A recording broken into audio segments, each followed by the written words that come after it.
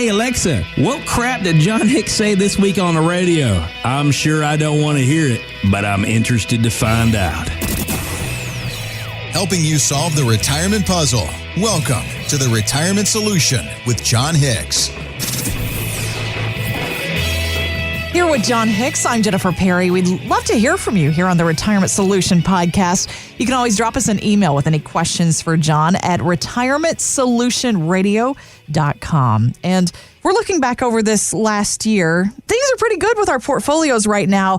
However, USA Today, John, says bull markets like this one can actually hide some problems in our portfolio. What could be kind of lurking under the surface there? Well, you know, when a year like 2019, a little bit of an anomaly. Now, let's remember back real quick because I want us to all know why those gains happened. At the end of 2018, okay, so we got a full year ago, all of a sudden, remember there was a market meltdown in November and December. Right, and Christmas Eve was really bad. Ooh. Absolutely. Yep. There was whole kinds of problems. People were worried. Maybe there was going to be a recession. We weren't sure. But because of that, at the end of 2018, almost every major analyst and every major corporation reduced their guidance. Now, what does that mean? It means that they said, oh my goodness, things have already happened. We're not going to make as much money as we thought. So in the beginning of 2019, once all of a sudden the immediate crazy ended, we had lower numbers. What does that mean? We had a lower standard to hit, guys, and we all hit those numbers by the first quarter. So if you look at it, 2019 has been pretty dang good for a lot of folks looking at just the major indexes, the broad markets up over 20%.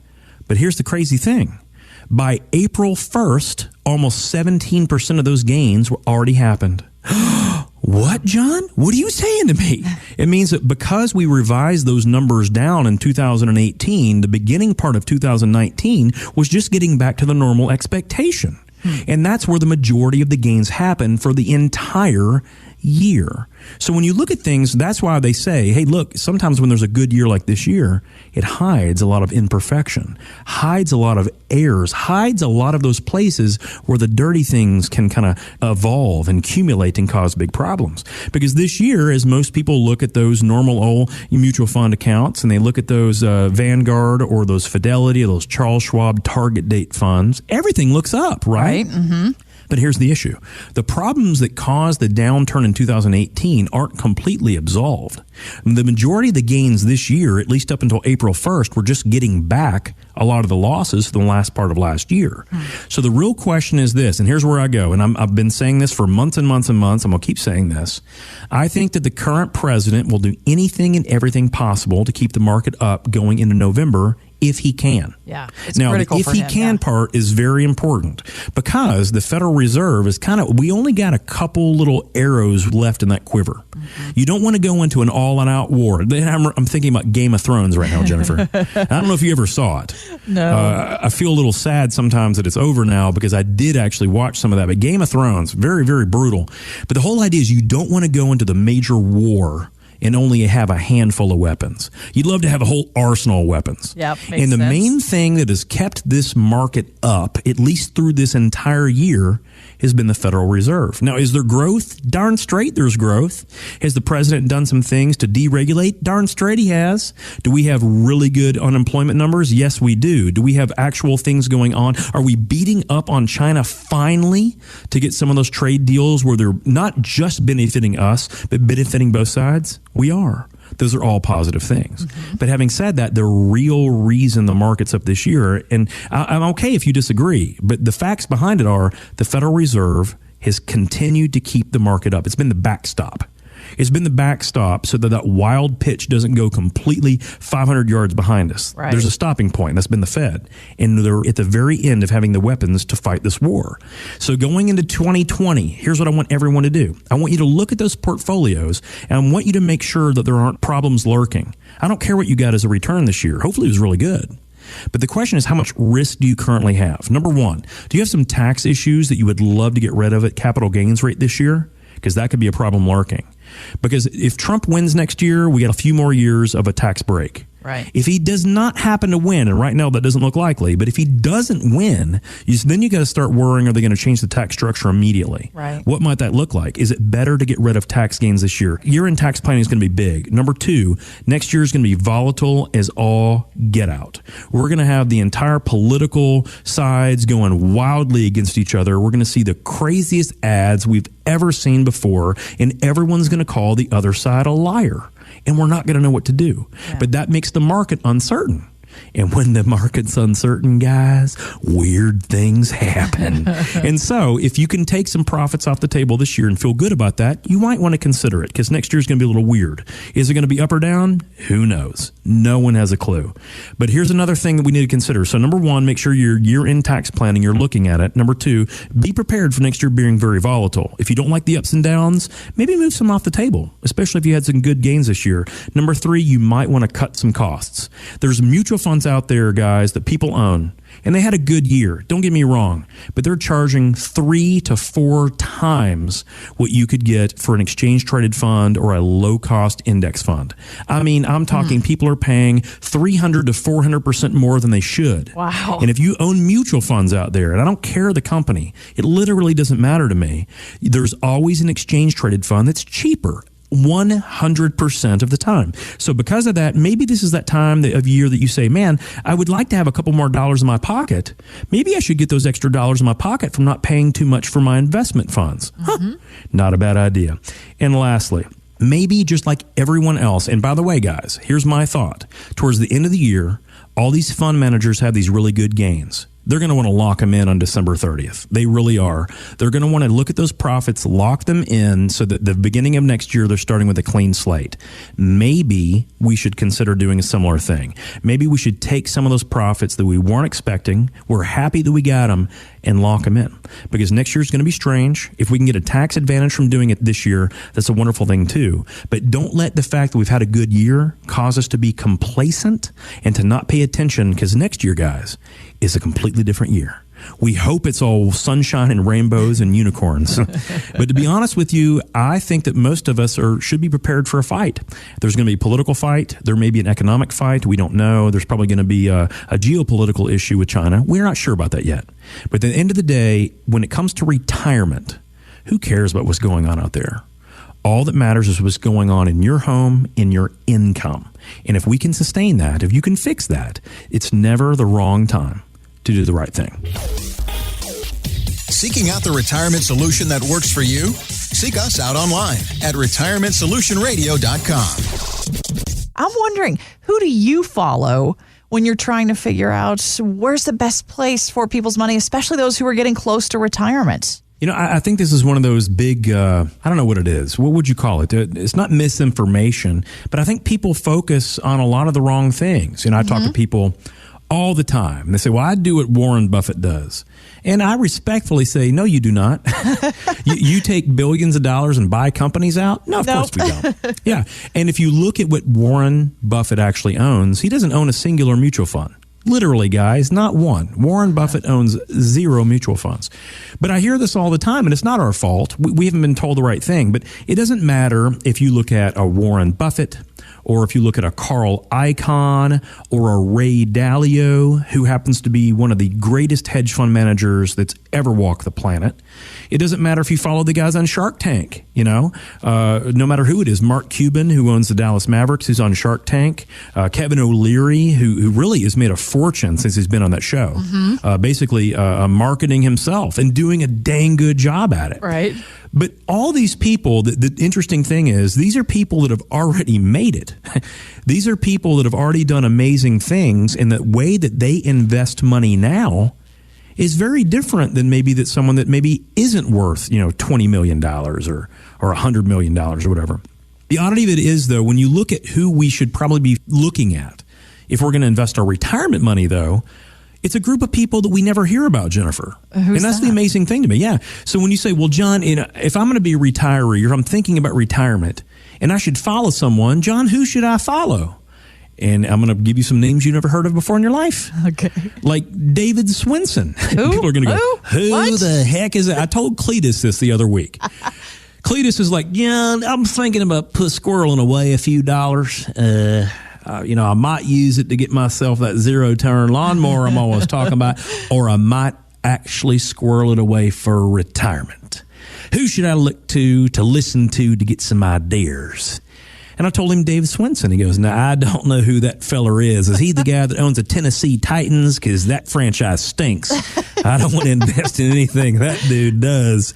I'm like, no, David Swinson, believe it or not, runs the endowment for Yale University. And listen, you don't have to be a Yale fan to understand this. I certainly am not a Yale sports fan. Right. But as far as following some of the best groups of investors on the planet, Dave Swinson is really one of those guys. And amazingly enough, the Yale Endowment does something very similar. And this is why we study this, guys. We study the Yale Endowment for one major reason. They invest a certain amount of money. Now, here's the point. Every year, it doesn't matter if the Yale Endowment makes money or loses money in their portfolio. There's one thing they have to do every year, Jennifer. They got to spend money. Yes. Every year. Takes a lot for those institutions, too. Darn straight. Yeah, they got to pay for professor salaries. Mm-hmm. They got to pay for professors' pensions. They got to pay for scholarship assistance. They got to stripe those football fields. They have to pay for all of those things that a university has to do. Even if their football team's not very good, yeah. Even if they stink miserably. Yeah. Even if they're the worst thing that's ever strapped a helmet on. It doesn't make any difference. They have to pay for this stuff, even if they make no money in the portfolio. So if we think about it, what else is more similar to retirement for us? Because we save this money, we got our 401k, we got our IRAs, we got our savings, and it doesn't matter if we make or lose money in that account that year, right? Often we got to pull money out to live off of. Still got to spend, Darn straight. We got to pull an income stream, or we have to pull required minimum distributions. So in that regard, there is no better group of investors to look at than endowments and pension funds and insurance companies. Because insurance companies and pension funds are the same way. Whether they make or lose money, they know they got to spend money every year. Mm-hmm. And what we've learned from all of these groups of people is that they truly know, they don't believe, they know for a fact that losses will destroy their ability to stay retired, or in their situation, keep making those payments out. So they're very focused on preservation. Now, having said that, does that mean that they don't do as well as the market? Well, see, Jennifer, here's the more interesting thing. When you study these groups, what you find out is they do often better than the broad market. They make more money over full periods of time, more than the S&P 500. But here's the crazy thing. They often do it with less than half of the risk. So what better should we study for us to model our behavior in retirement than these types of groups, which is what we do. Yeah. So one of the things that we learned from looking at this is what we call, it's technical. So guys, I'm going to geek on you for just a minute. I know. Get the glasses out. Yep. But I teach this. I teach this every month that we teach this at the U of L Shelby campus. I want people to know you don't have to hire a highfalutin advisor to get a real good rate of return. You don't got to hire a highfalutin advisor to put your life in a better position so that you can live comfortably in retirement. Now, can they do better than you can on your own? Well, it depends. If you want to spend a good amount of time working on this, you absolutely shouldn't have to hire anyone. But if you want a professional to do it, often, in my opinion, they're probably doing something like this. This is why I teach this. It's not because it's my thought. It's what the greatest investors like the Yale Endowment, they've done. But there's 3 technical indicators they look at. And in my class, I show people how to set this up on their own. It's stockcharts.com.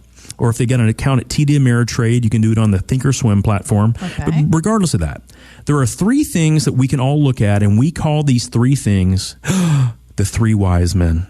Oh, 3 wise men. Yeah. This makes sense. And I told this to Cletus. He goes, wise men, we talking about Bud, Miller, and Coors. I'm like, not those wise men. Come on. No. A little bit wiser than that, Cletus. No, but we're talking about, there are 3 different things that we can all look at. And we'll talk about just very quickly. I'm not going to give you the whole nerd talk today, but there are 3 things that any of us can do to put ourselves in a much better position. Because here's what alerts us to. If all 3 wise men, which is basically signals, if all 3 signals are all looking the same way, we want to follow that. Just like the wise men followed the star. Now, if only 2 wise men followed the star, they wouldn't have all gone that way, right? Right. But if all 3 wise men follow this, see the same light, we want to gravitate that way. So those 3 signs, number 1 is relative strength. We call this trends. So if you look at relative strength, it's a trend. Basically, is the market generally moving up? Or is it generally moving down? Now, when would you want to be in the market, Jennifer? Do you want to invest in the market when it's going up or when it's basically going down? When it's going up, please. Right. So it's simple enough. So the first wise man we look at is relative strength, RSI. And if it's generally trending up, that's a positive thing. That means that wise man, if the market's generally moving up, then you want to follow that, right? But we still got two more wise men to talk about. So the second wise man in this example is called moving averages. Now, again, if you're not into this stuff, you can kind of tune me out a little bit, but think about what I'm saying, because you're going to get a really good context of what your money manager or your financial advisor really should be doing for you, okay? Moving averages. Are you making higher averages? Or are you overpaying for that stock over history or that mutual fund or that exchange traded fund? You typically want your moving averages, you want short term to be pretty good. Okay. Now, if all of a sudden the general trend of the market is up or of that stock is up and your short term moving average is higher than your long term moving average, both of those are positive. But there's one more wise man to put in here, Jennifer. And I know I'm people are not going, now, listen, John, you lost me. When you said three wise men seen a direction, I kind of get it. But now you're talking crazy. Just bear with me one more time because I'm going to put this all together.